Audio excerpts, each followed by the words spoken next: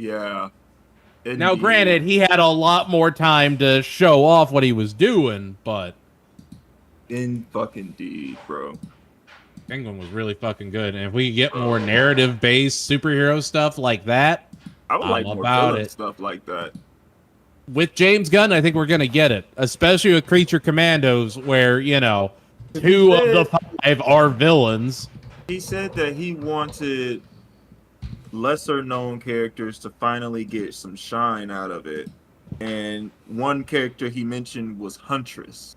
Well, if Yep. you're going off of characters like Huntress that are Well, he wants to do Huntress and the Question, so like he knows. A question show, I would be jizz legit. all in my pants. If he starts talking about toothpaste, I will be erect. He wants to make his Green Lantern True Detective show, and I absolutely want to see what that means. And people are mad because it's going to be based on Earth, like most Green Lantern comics aren't based on fucking Earth. Now, to be that guy, Green Lantern core comics traditionally do not take place on Earth. And if you're focusing on the core, have it centered on Oa so they can go on missions. They're fighting the Yellow Lanterns. All right, we about to start. I get that. Okay, you got it. About to run the intro.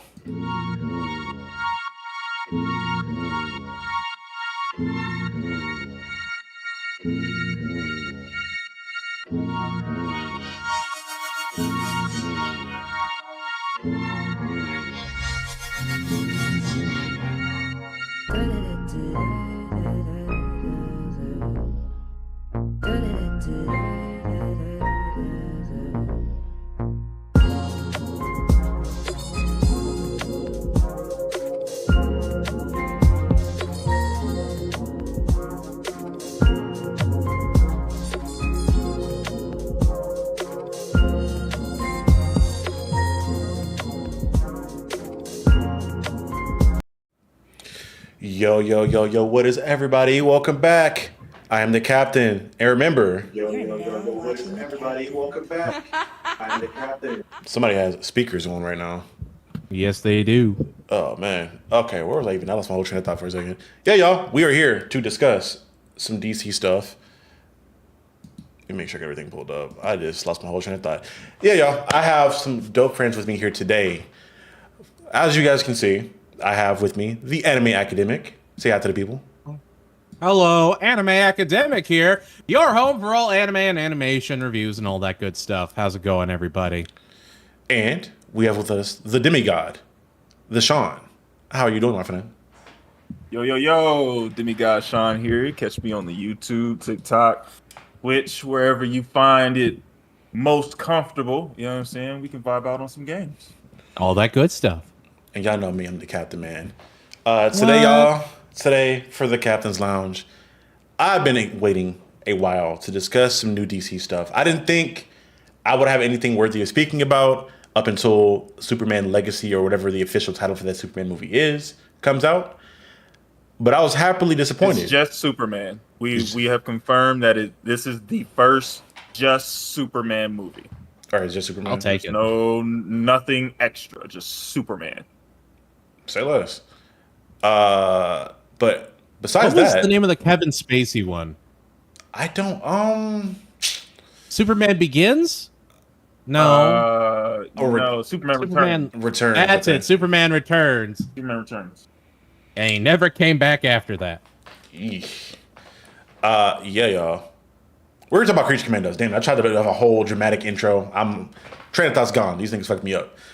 We're here to talk about Creature Commandos. I've been looking forward to this show for a while now.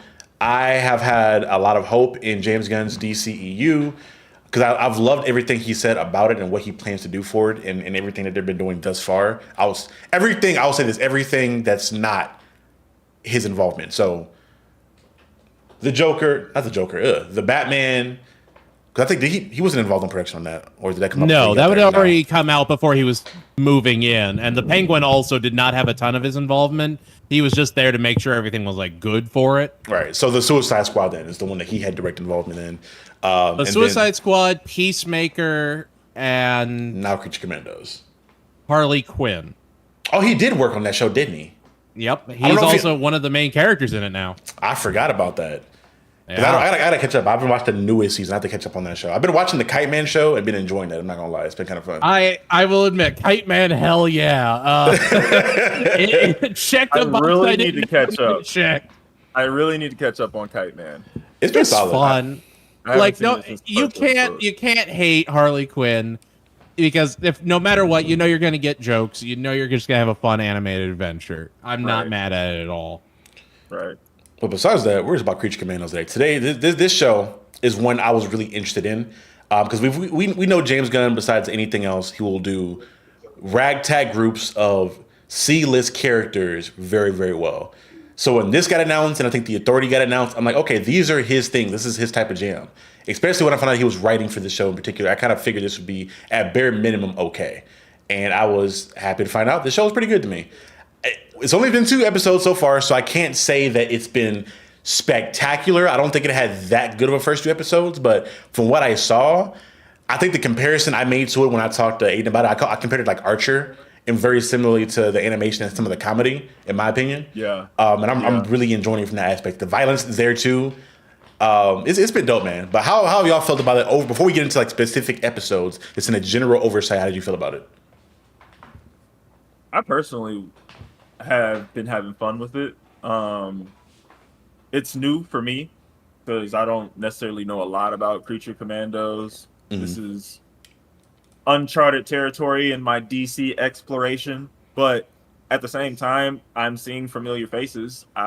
There's a meme going around, and I finally saw it where Shaggy is around. Oh yeah, Like, you know, like that makes Scooby-Doo and the gang canon to the DC universe. Like, Now you know they were included, right? you said, say what? You know why they were included in that, right? Why? Because James Gunn wrote the live-action Scooby-Doo movie. Which one? It's about the Skull Island one? The ghost? Yeah, no, Oh, wow. the one I did with not know he wrote that. Matthew Illard and all them. He loved Scooby-Doo, and that was the last appearance of Scrappy-Doo in any Scooby-Doo property. He was determined to make sure he never showed up again. But yeah, no, he loved Scooby-Doo. And I mean, Scooby-Doo has canonically been in DC since they're both owned by Marvel, or I'm sorry, Time Warner. Yeah. But he loves throwing them in things. That's dope. That's dope to see Shaggy's, you know what I mean, damn near high as shit. Because I didn't catch that up until I saw the clips for after the fact, and I was like, oh yeah, he was right there. That's crazy. Yeah, he was. He was. But one thing I want to really get on really quickly before we get into it in depth is where this show is placed within the universe. Because it's been very apparent in the first episode that this is canonically in the same universe that the Suicide Squad was also in. This show taking place, I think, 2 years after the events of the Suicide Squad.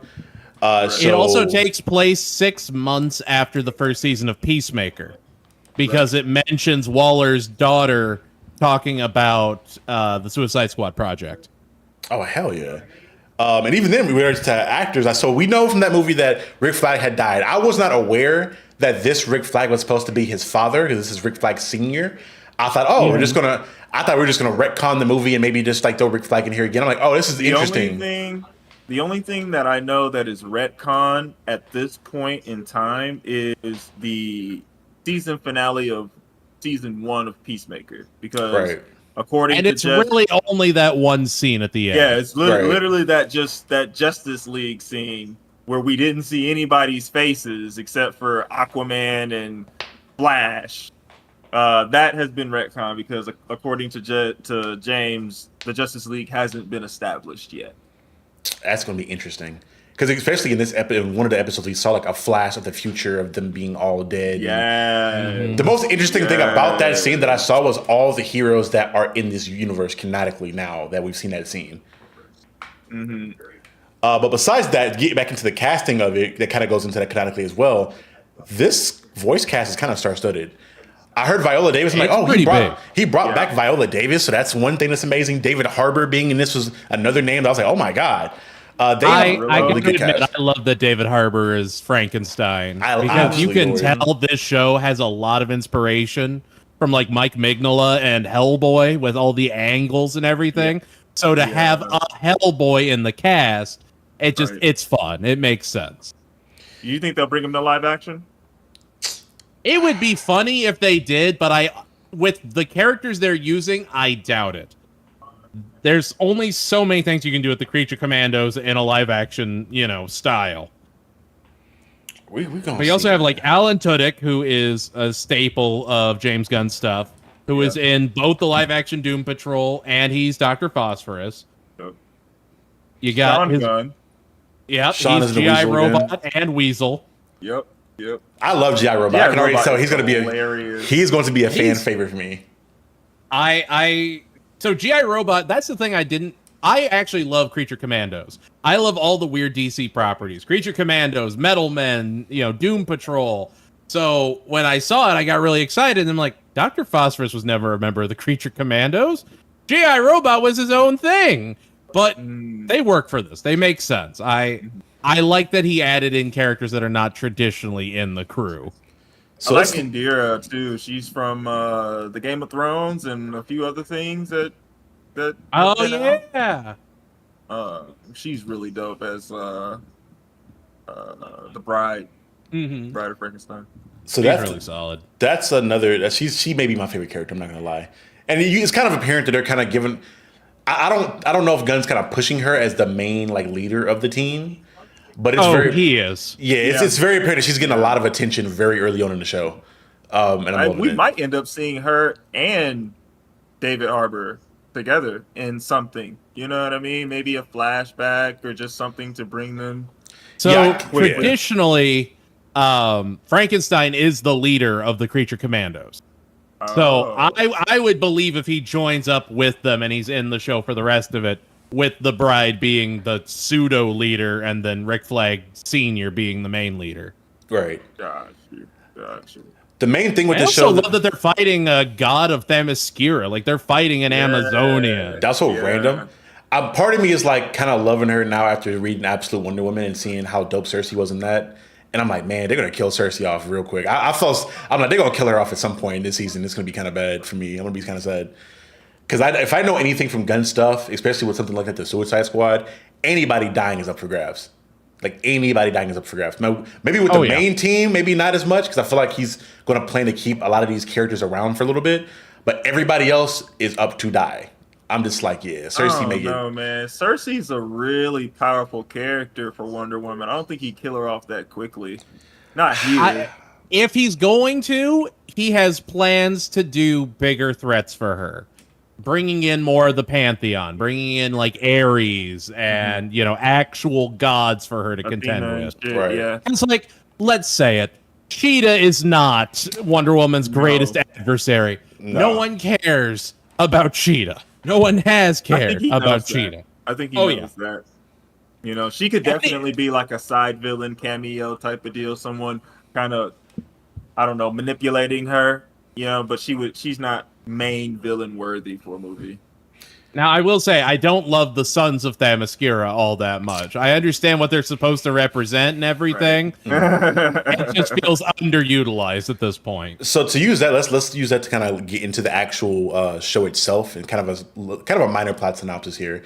But for anybody wondering, so essentially the show's opening up to Cersei and her Sons of Themyscira, which essentially is is a compilation of incel men that have guns that are worshiping Cersei, and they are looking to attack and take over the city of Palashevsky. I don't remember the name of the country. Yeah, it's indiscriminate country in the Middle East with oil.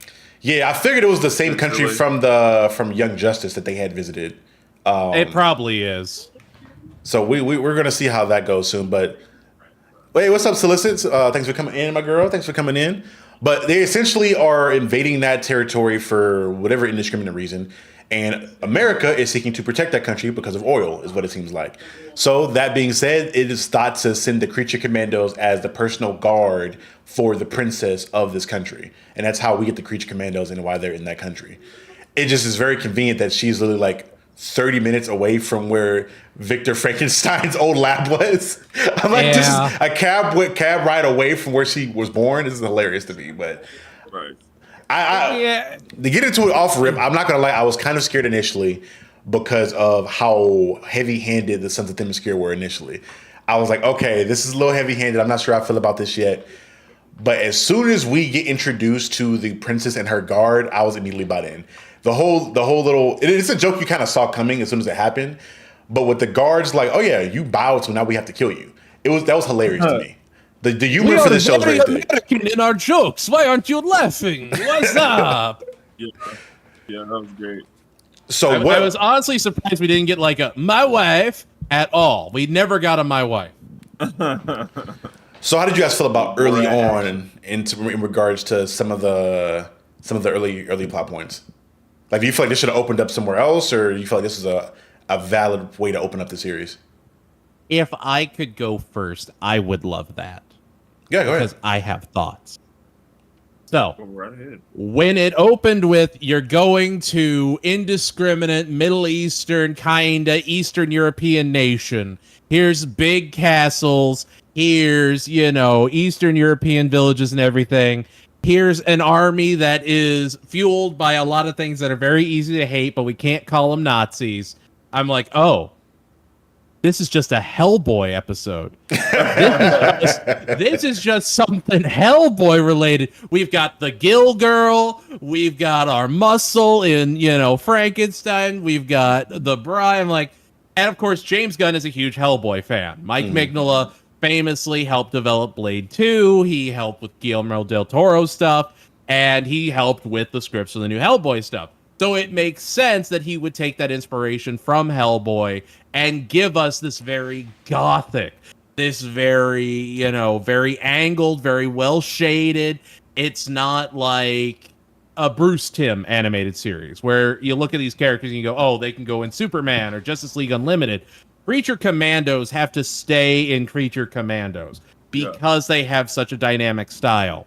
And this is the perfect location to show off that dynamic style. I loved everything.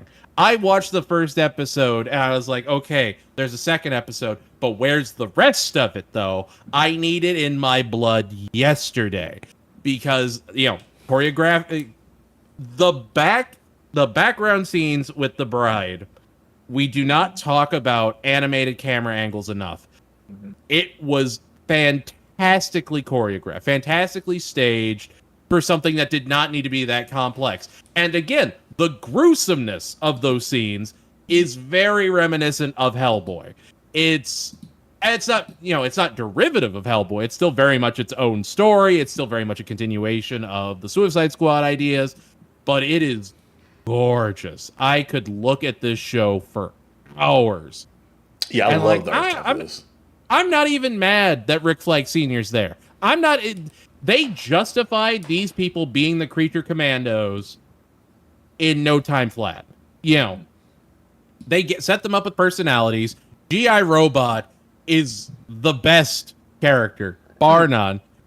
I wish I was killing Nazis right now. Okay, fantastic. That's going to be a funny gag.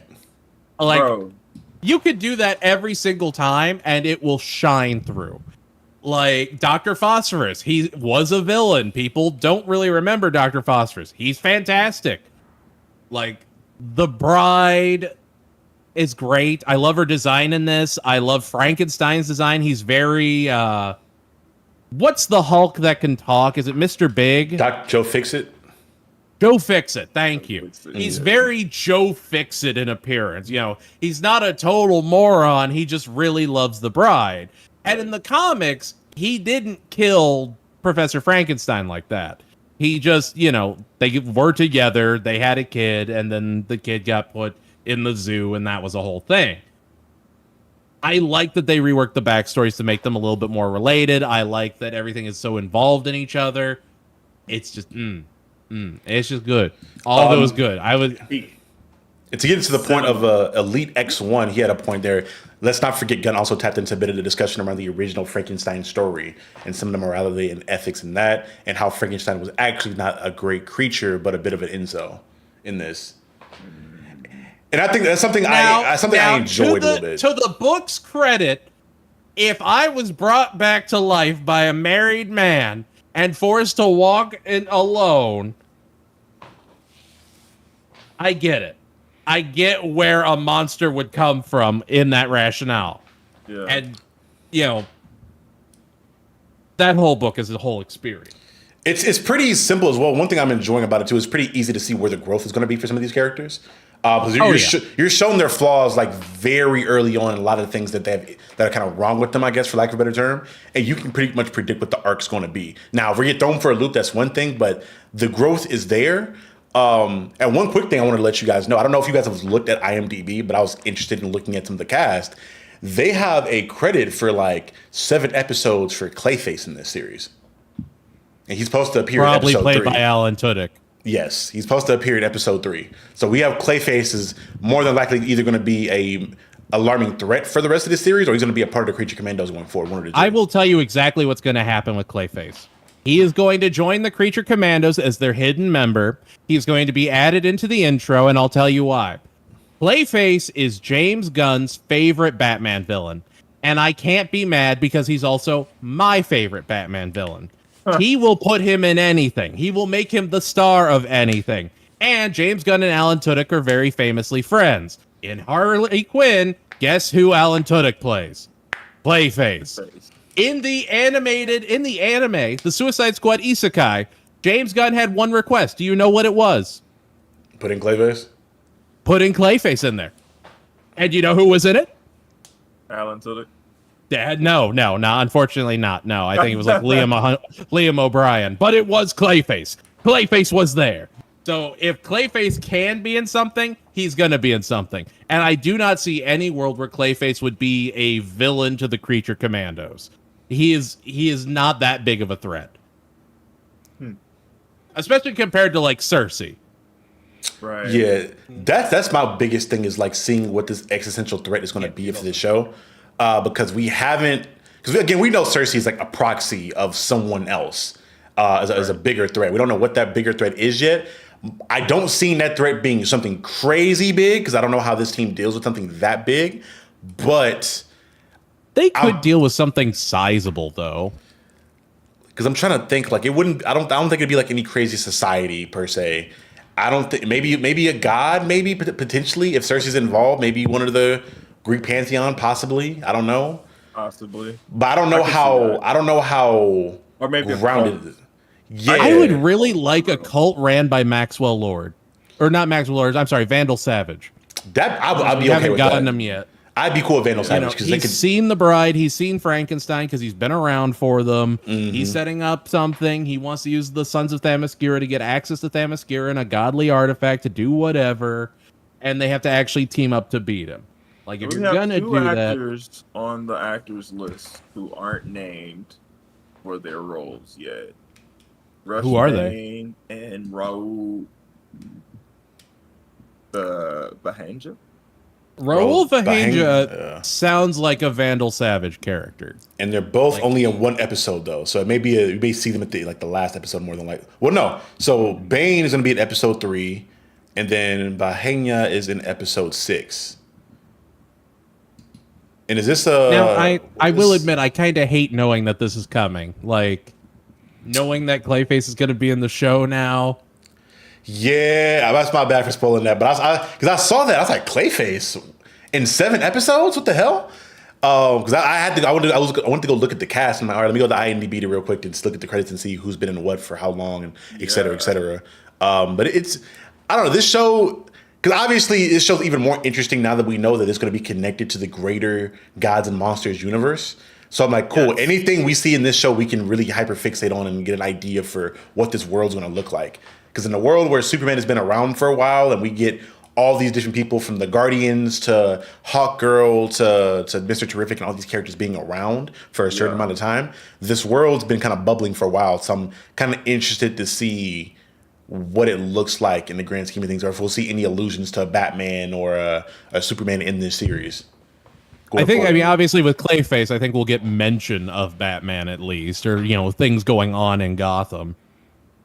I kind of wonder which Clayface it'll be. Mention of Batman. Not necessarily. She's still dealing with a lot of other things. Batman is not on her radar right now. Maybe not. But like to your point, even when they go to this, decrepit Eastern European nation, the army is in power armor. They are in very Right. complex vehicles. So like this is Right. a world where they are preparing to fight god class threats. You know, Right. they're Yeah. preparing to fight a threat that could fight Superman. So I think that is a very important touch. Like they're not just traditional rebel fighters. They've got lasers on their wrists and everything. And per Elite X1, he's saying that Cersei in herself is pretty strong and it could be a problem for them.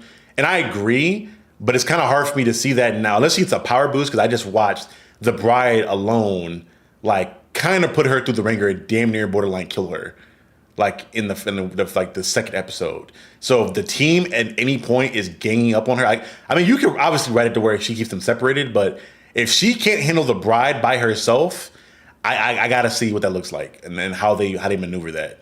Maybe she's a fake out, or maybe again, if she gets a power boost, cool.